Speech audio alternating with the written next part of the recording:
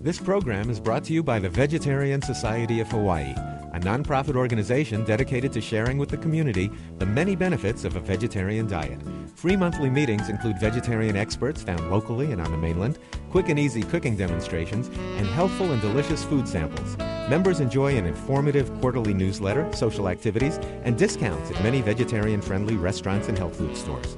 For an application, call 944-8344. That's 944-8344. Or visit our website at www.vsh.org. vsh.org.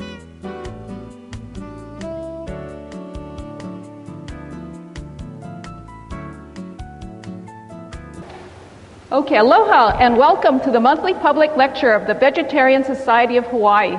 It's good to see all of you here tonight.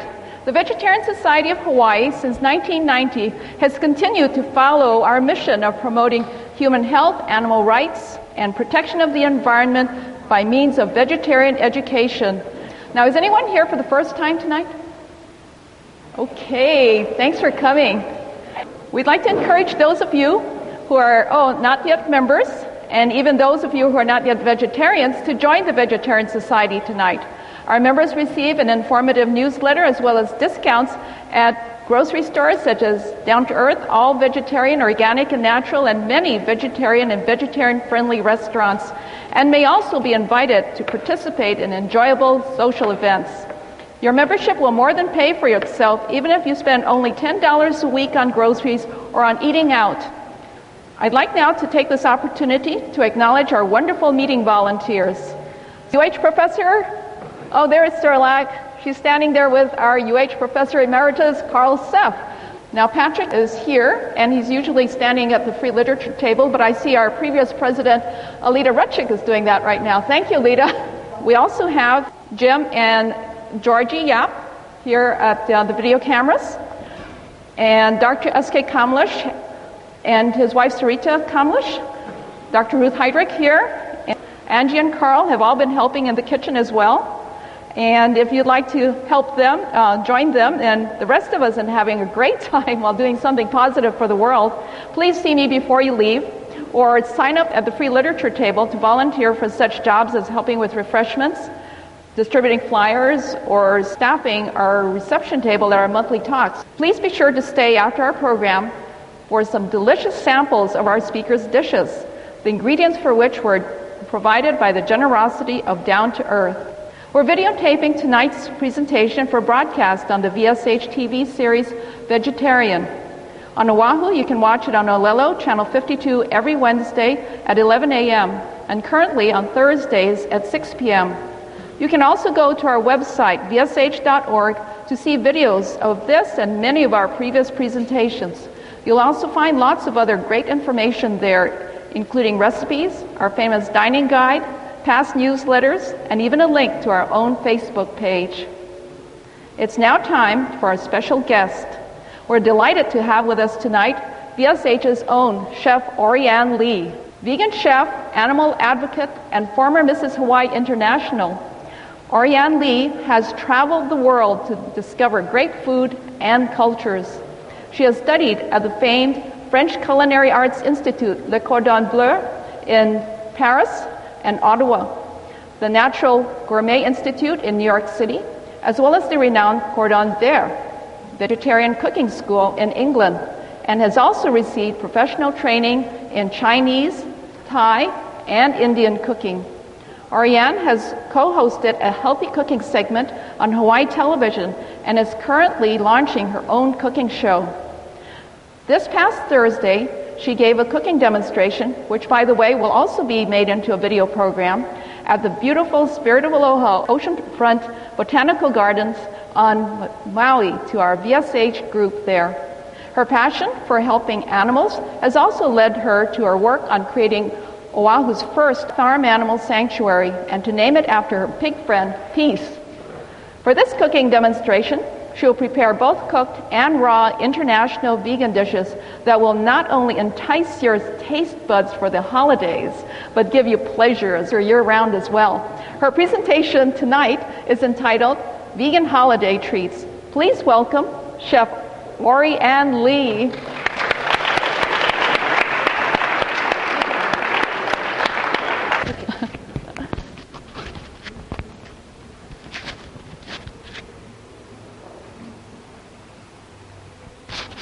Thank you, Lorraine, for the introduction. I want to thank the Vegetarian Society for 20 years of outstanding service for our community. Also, the Down to Earth Hawaii. I was shopping at Down to Earth. I had a budget, a certain amount of money that I would have to spend within that budget for today's show. Join the Vegetarian Society and also continue to shop at Down to Earth. It's just, hi. Without further ado, I would like to talk about today's dishes. I think everyone has a handout, right? There are 4 dishes listed, but because of the limit of time, we will not be able to demo every dish. However, with the instruction, it's pretty apparent how you should approach the dishes. So I'm going to be focusing on the top 2. The first one is the French vegetable tart. The second one is the Chinese pearls, black pearls, or the chocolate pearls. Third one, the Thai and the mousse, you can make them at home. So everyone will have a chance to try the first 2 dishes that I'll be making, and then I'll be demoing here, and then also I have so many wonderful helpers. This is such a special night for me. I have friends here, co-workers, and a family here to help me, so I'm really blessed. I think we're going to all have enough to eat, and if not, we're all going to move on to Simple Joy and have the late night snack after this. So right now I want to tell you what's going on. I have boiled or steamed this second recipe. I'm sorry that it's burning a little bit. I think the water has dried in the bottom, but pretty soon the smell is going to go away. This is black sticky rice. Let me, maybe I can show you in this pot. Black sticky rice, white sticky rice, brown rice, and black-eyed beans. Can you guys see? Right. So, yeah, you can see, right? Okay, I'll show it to the camera as well.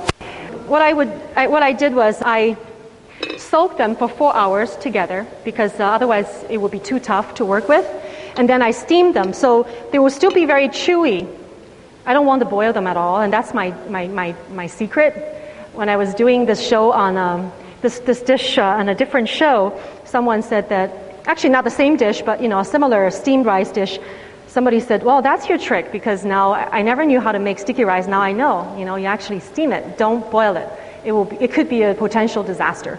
So, okay, so I'm just going to taste test and see if it's ready. This is my water. Yeah, it's perfect. So may I have someone to help me to put all the rice into this pot? Yeah, and Ruth, a wonderful, wonderful lady, and she was one of the founders of the Vegetarian Society and one of the heroes in this town. So she's helping me. See how blessed I am? Okay. So yeah, we're going to bring all of the rice and then the rice from that and just combine them, and then I will mix it. Right. Right. Yeah. We can do it maybe right here so it's a little bit safer. Yeah. And this one is ready too, Ruth. Yeah. I'm sorry about the little bit of a smell because it came to the bottom of it. So while Ruth is preparing that, I'm going to start assembling the first dish, the butternut squash vegetable tort. And where's my butternut squash, Xavier? Where's the butternut squash? Dr. Right, Dr. Kamlash, I need it right now. Thank you. And Dr. Kamlash is a wonderful vegetarian chef, and he's from India. And I helped him last time during his demo, so now he wants to help me back. Isn't that wonderful, to work with so many wonderful people? While we're waiting for my butternut squash, I'm going to start assembling this plate. This is my choice of the chef's plate. I like color, I like patterns, so, some chefs prefer just to use a white plate, but I like to have different designs. All right, this is cauliflower. I'm going to put it into this mold. Can you? I would actually periodically raise the dish so that you guys can see. I get very frustrated when I go to a cooking demo when I can only see the head of the chef. I get so frustrated, and so I tell myself I will never repeat the same mistake. You learn from other people, so I always want to make sure that my audience is not frustrated. Why do you want to be frustrated when you go to a cooking demo? You want to enjoy yourself. It's supposed to be a good experience. So, all right, so that's the first level of vegetables that I put in. You can put in more if you want, but I think I shouldn't be too greedy because I have other things to put in. Okay, second level, I'm going to make some fried zucchini. By the way, this is a dish I created just for this event, for the Maui event and this event, for the holidays. So the reason why I decided to make this dish, not only because it's festive, you know, I use butternut squash and some of the, I'm using a sauce that's a raspberry, cranberry, you may see a red sauce in your plate. That's the sauce. Also, this dish can be made raw or cooked. So that's the kind of dish I like to create. Very versatile. You can swap out different kinds of vegetables, your favorite vegetables of the season.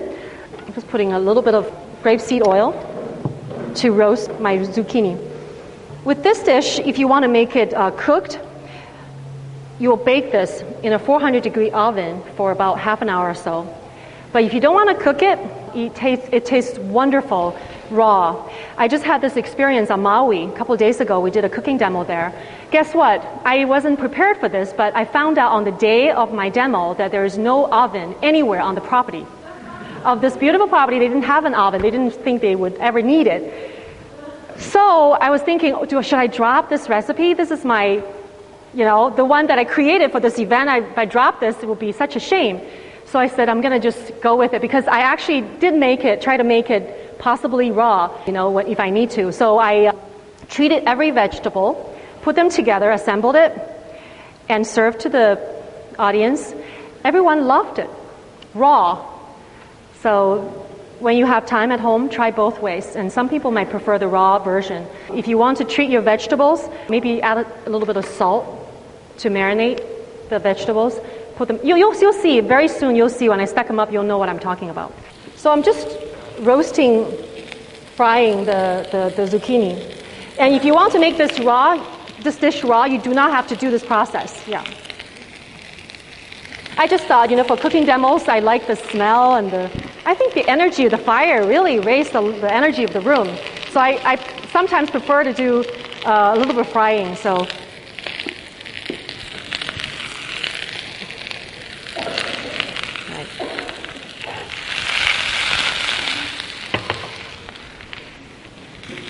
Once this is done, I'm going to keep some for myself, for my demo, and then serving area can have the rest of it.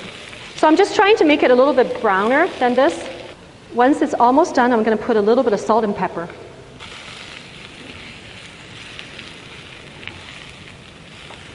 Once you see this dish being presented, you'll realize cooking is so easy, so simple.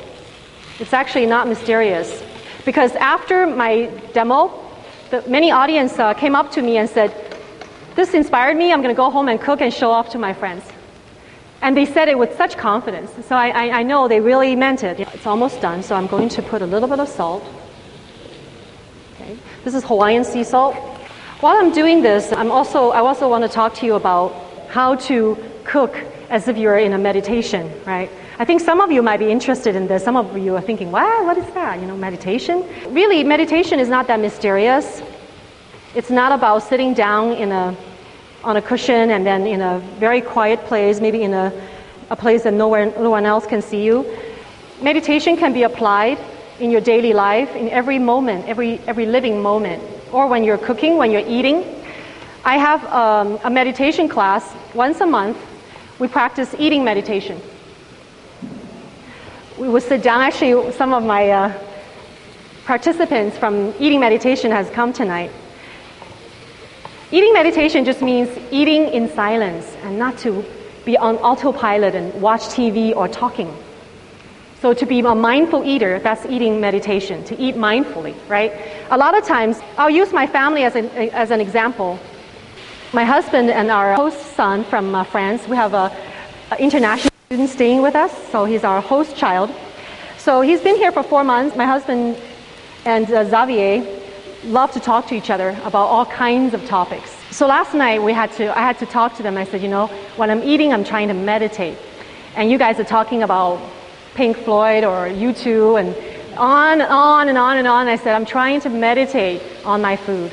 So then, they're like, do we have to do this every meal? I says, no, we're far from it. So don't worry, we haven't even started it. So I'm going to put some of this here in my plate. This is the one that I'm going to put into the oven. Ruth did such a beautiful job putting the cauliflowers together. Have you guys seen the cauliflower? You did, yeah? Okay. So I'm going to put the zucchini on top. I want the color. If I have the rice ready, I like to use, so I'm going to do 2 dishes at the same time. All right, that's a fairly good level, but since this is the demo plate, I want it to be even a nicer color. And why should we eat in silence? I mean, why can't we talk and watch TV? In my opinion, when you're watching TV, you're not really paying attention to the food, and you're not even aware where the food has gone through here or somewhere else. You just right? Your mind is not focused on the food, so you're not making the connection with food. And why would you enjoy food, or why would you enjoy cooking? Period. Food is just being used as a tool to fill us up, but food actually means a lot more. By the end of today, I hope I presented the meanings of food to myself and shared it with you. All right, the next level, I've just put in cauliflowers and zucchini. Now I'm going to put some red color. So I'm going to use tomato, yeah. All right, over here, I'm going to do the same thing. Look how beautiful this is. Before I start cooking, sometimes I will look at a plum tomato and I will smell it, feel it, and have a personal contact with this tomato. It sounds really weird, right? But I tell you, once you do that, when you eat that tomato, or when you serve that tomato, just think, that tomato will mean something else to you. Right. A little bit more than just, a tomato. And when I eat, I contemplate on a lot of things. I thank the food that's being presented to me, that it's available to me. I smell the food before I eat. And I also meditate on the suffering of the world when food is not always available to a lot of people. During my travels, I've been to extremely elegant places in the world and also extremely poor places in the world. I've seen children and adults being very hungry. So after that experience, I've made a point that whenever I eat, I want to sort of meditate on that as well, that level, the suffering of the world. So last night I said to the 2 men in my life, I said, when I'm meditating on the suffering of the world, you guys are talking about rock and roll and I said, you guys, cut me some slack. So once in a while I need a break. I need to focus on what I'm doing. I think they agreed, and they're going to join me too in honoring food. So that's good. I have a very nice, strong level of color here. I'm ready for my butternut squash. Dr. Kamlesh? But I need to drain out the water. I cannot use the water. Okay. Very strong. Thank you. Lifelong vegetarian, Dr. Kamlesh. Let's give him a hand for being a lifelong vegetarian and a good chef, a very dedicated chef who teaches around the world vegetarian Ayurvedic cooking. I'm ready to add my butternut squash. It's a little bit hot, but it'll do because I'm going to bake everything anyways. I'm going to raise it because I know otherwise it'll get very frustrating. So I added another mold and I'm just adding more butternut squash. It's been very nicely cooked, so I'm going to press it down, and then I'm going to do the same to the community bowl. This smells so great. All right, I'm going to put a nice layer because this is just one of the most beautiful colors I've ever seen, is pumpkins and squash, butternut squash. Just such a happy, happy color. The color of harvest. And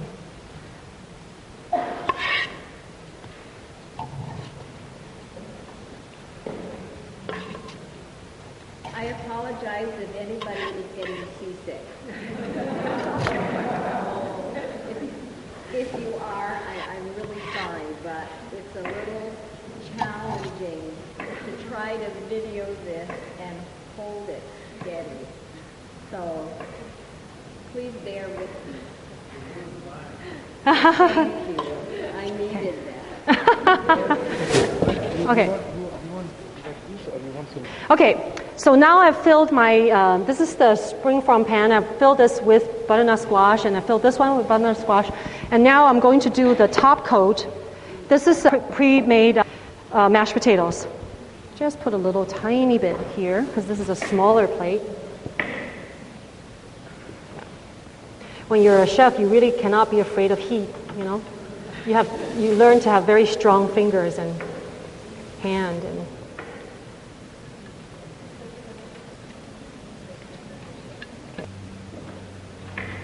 And I like to play with food with my fingers because it reminds me of childhood. So it's like... Was that just potato with nothing else in it? Yep. Actually, potato with the salt and pepper.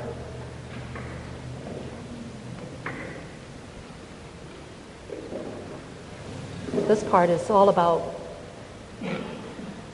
covering the yellow.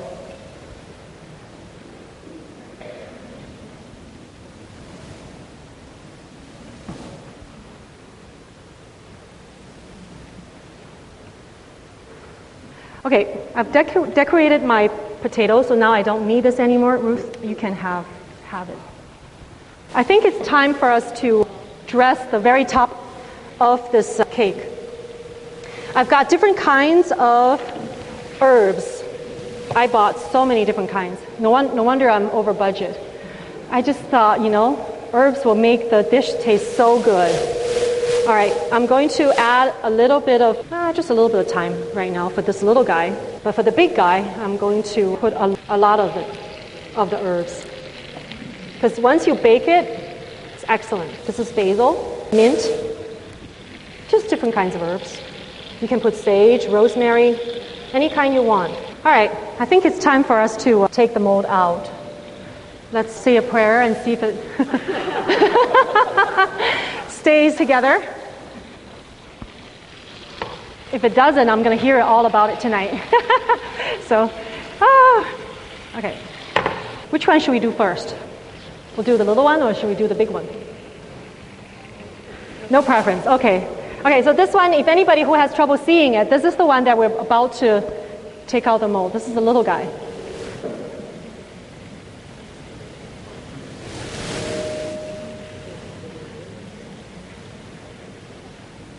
Oh, very, very hot. Remember the butternut squash came from there. This is what I mean, sometimes you have to have very strong fingers. All right. So this is the little guy. Wow, wonderful. Actually, I shouldn't use this one because it looks like it's being cooked. Can we put that one in the oven? Yeah, please check on that one. No, this one I want to show everyone first, and then, because it's important that you know what it would look like. So I've got this beautiful strawberry. You can decorate it, put it like this. I don't even want to cut it because I think it's so pretty. So gorgeous. Or like some of them like standing up maybe.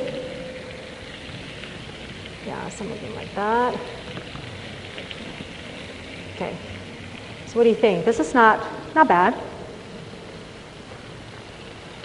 I use what I have. On Maui, I've got some really nice quality soybeans and herbs, so I decorated it with soybeans and I decorated it with cranberries. I'm not sure where my cranberry is, so I decided, strawberry.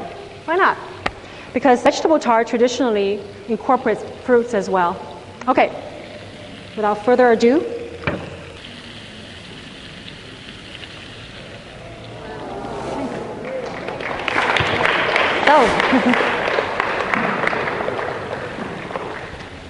Right, this is ready. Anyway, so do you think this was difficult? No. Does it look good? Or look okay? Or smell good? Yeah. You'll have to taste test it, So this one is ready to go to the oven, or it can be eaten like this, raw. So let's move on to the next dish. So this one will go into the oven, but don't overcook it because you got strawberries. So maybe just be careful of the bottom. Okay. All right. Shall we move on to the next one? I have a Chinese dessert to make. So this one just keep cooking, and then you guys need to get the zucchini from me. While we're waiting this to cook, I just want to show you what I sometimes do with the third dessert, which is the Thai dessert. Once you steam it, you have a cake in a rounded pan. sometimes I would just cut it into this, this is Christmas, right? So I just cut into Christmas shapes and decorate it with some icing is kind of cheating, or some kind of sauce or whatever. And it becomes a very good festive take on holiday treats. So an ethnic treatment. And for the fourth dish on your recipe, it's a mousse using one of my favorite herbs in the whole world, cardamom. Yeah, I love the flavor. And I always loved cardamom, but Dr. Kamlash told me a story about the Buddha. Because he was born about 100 miles away from where the Buddha was born. So he told me that the Buddha was dying of starvation. He was trying to be on this sort of torturous diet, and he wasn't actually giving himself enough food. He was becoming very ill, so this shepherd girl decided to make him this rice porridge. So she put in some cardamom, which I think that was one of the spices, or if not, I'm the one who put it in. No, I don't think so. So anyway, so the food was so fragrant with a little bit of milk put in and then cooked down very softly. So it was placed in front of the Buddha while he was meditating, and he refused to eat at the time. But when he smelled this amazing porridge that reminded him of his childhood, when his mother would make him something like this, and then he immediately opened his eyes and decided to eat the whole thing. And then he was saved from death. So cardamom has a certain healing power, I think. Enjoy that. Please put it into your dishes creatively. Okay. All right, so this zucchini is ready. So I'm going to move on to the dessert. This is a Christmas decoration. You can do this at home when you have guests. Oh, the mashed potato is actually on the very top. The second level is zucchini, Ruth. Okay. The third level is tomato, and the fourth level is butternut squash, and then the fifth level is mashed potato. So the zucchini is ready. You should take it. So pretty soon this will be filled with help. It's going to be filled with this beautiful rice ball. This is the one that has been steamed. Traditionally, this is what it looks like now. Traditionally, brown sugar is being used to mix into the rice to make the rice workable. But because I enjoy different types of syrups, so today I'm going to show you that I use one of my favorite syrups. This is brown rice syrup. It's a little bit lighter in flavor than maple syrup. Maple syrup is a little too sweet for me personally, but it has nothing to do with everybody else's taste. But it's just for me, I want something a little bit more subtle. Okay.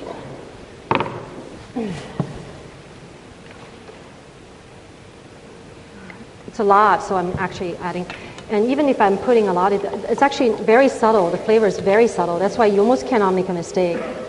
And this is a pretty healthy dessert. You've got brown rice, black rice, which you can get from supermarkets or in Chinatown for sure. It's very chewy. It's actually excellent. Excellent flavor. Sorry, so I'm going to taste test because it's always good to make sure that you have enough. I'm going to try to make this into a ball. Right, little squeeze. So I have different flavors here. I have coconut shavings. This is a mixture of black and white sesame seeds. This is just cocoa. This is chocolate shavings. You saw Angie carefully shaving them. Peanuts. Yeah, powdered peanuts. This one is my mysterious ingredient, so I'm not going to tell you. I'm going to place it in the center of the plate. Whoever is brave can come up and try it, and he or she will become my hero instantly. Okay, so I'm dipping into the chocolate. What I'll do right now is I'll show you each flavor, and then my assistants will help me finish the job. So the second one, I'm going to dip into coconut. By the way, tonight, I think everyone should at least get 2. It's coconut.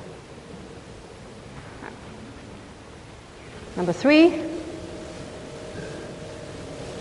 And this is very easy to make. And if you want to make this at home with your family members, your kids will love you for it because this is their chance to be a chef. I believe in teaching young people to be cooks because then they'll have a better understanding of food and a better appreciation for your hard work. It's always good to tell them how much you've suffered for them. how much you've slaved all your life for them. and they better appreciate you, or else. My peanut butter. Yeah, so today it's not as sticky as I would like it. Maybe the syrup was a little bit too strong, but normally it's very easy to work with. And it's actually very easy to work with. Okay, this is my sesame. This one I'm going to make in the center, this mysterious ingredient. Do I have a volunteer first? Who's going to come up and eat it? Ah, thank you. Then you can tell everyone what it is. When things happen like this, you can add a little brown sugar. It helps actually, because that's the traditional ingredient. Okay, so this is my mysterious ingredient right in the center. Do I have Mr. What's your name? Jim? Yeah, just the mysterious one. Yeah, and then you can look at the audience and see. Yeah,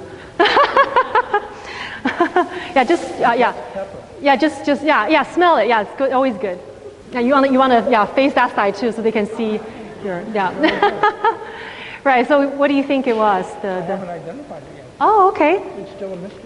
It's still a mystery. Should I have another volunteer, or should we unveil the secret? No, I think you should have another one. Oh, okay. Wow, you're so mean. Okay, all right. No, not me. Okay, all right. Thank you. Right, confused. Okay, we need another volunteer. Okay, good. Going to make this one really big, so whoever is going to volunteer is going to regret it. But in a way, it's good because you're not, going to eat this whole thing. And then the other volunteers can try other flavors. Yeah. So the red one, yeah, if you would, yeah, just go for it. Go for it. No, it's okay. It's always easy to make. You want to look at your audience and see how they want to look at you. Paprika! Yay! Awesome. Thank you. Yeah. Why don't you come up and try whichever you like. So which one did you eat? Is that the peanut butter? I think it's the peanut butter. Okay. All right. It's really good. Oh, thank you. Yeah, the nutty flavor really works well with the sticky rice. Okay, cool. Chocolate is this one. Yep. Yeah, just take it. This is the coconut, and this is the, I'll make another one for you. Try any one you want. Okay, great. So that concludes my presentation of the two dishes. Thank you. This is why I have a bowl here. So I can take questions, yeah? Before I take questions, can I just talk a little bit about the sanctuary that I'm trying to put together with friends and volunteers, friends and supporters. And one of my friends, Dr. Craig Twentyman, where are you? Okay, he's in the back. He owns this beautiful property in Kaneohe. He is just a wonderful person and a teacher. He is a psychologist and a naturopathic doctor. So anyway, so he was willing to let us use his property to start this project. So today I invited him to come here. I want to sort of thank him for his generous support. Would you like to stand up? I'm looking and Dr. Lin, I want to thank their support for this project. It's a very, very large land, but we need to know how to put a sanctuary there. We're starting the process already, but I just wanted to thank them in my talk for their generosity and support. And it's not easy to get a land this beautiful and big for this project. And it's not an easy project. So I would like to ask for your support. If you have friends or family members or anyone who would want to volunteer or want to give us information or ideas, anything you can do will be very helpful in making Oahu a safe and peaceful ground for all beings, all living beings, including animals, people, and so the volunteers are peaceful practitioners. Everyone had good energy when we get together. The meetings are always very sweet, always with good food. So that's guaranteed. Questions, please. My website is www.orianli.com. And I have a Facebook page, facebook.com/Ori Ann Li's Vegan Kitchen. That's my Facebook page. I'm adding a new trick. I'm adding more rice and some brown sugar. I think this time it's going to stick very nicely. Anyway, questions while I'm doing this? I can do, I can be multitasking, even though I try not to, because what's a typical dish here in Hawaii? What kind of techniques do I apply from my school? Is that what you're saying? So her question is, what techniques do I use to apply to my cooking? Techniques that I have learned in Europe. The dish that we made today with the mold, that's one method.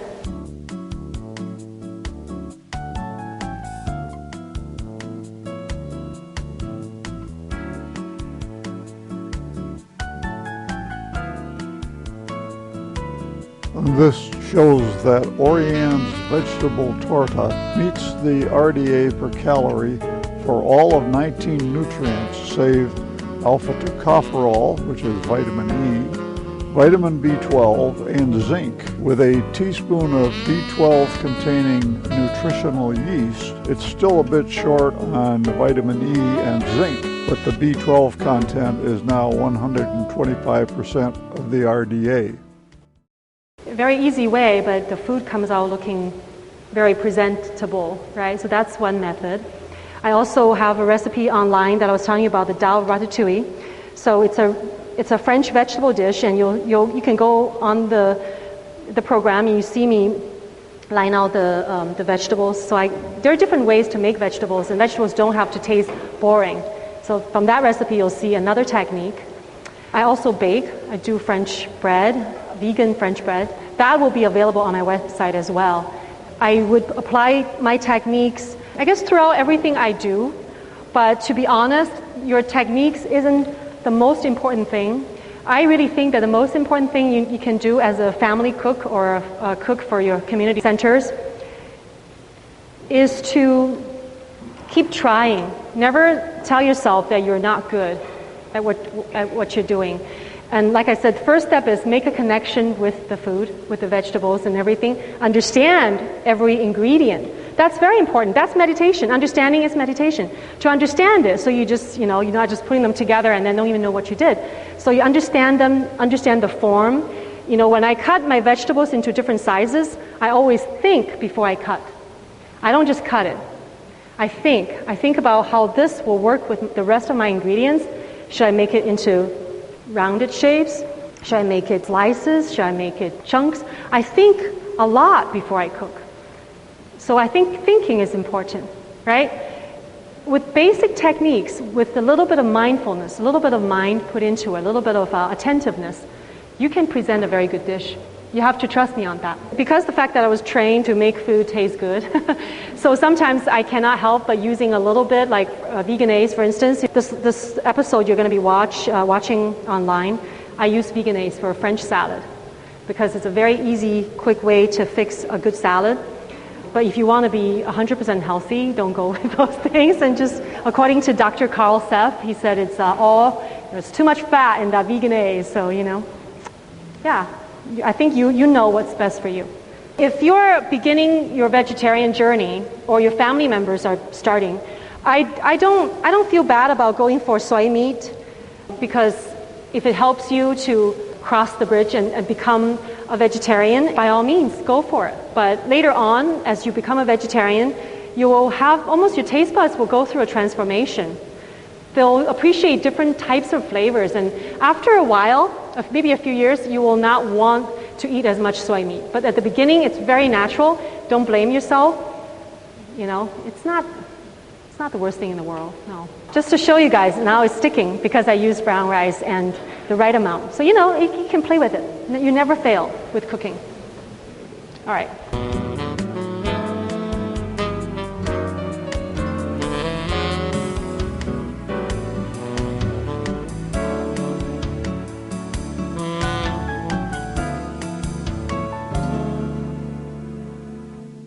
Thank you, everyone, for coming. So I hope to see you again.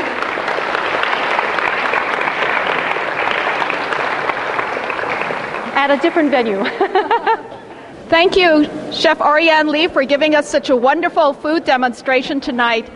And I bet none of you can resist what she's created. We can't wait to have some of those delicious dishes. So we invite you to go out in the back and enjoy some of the food.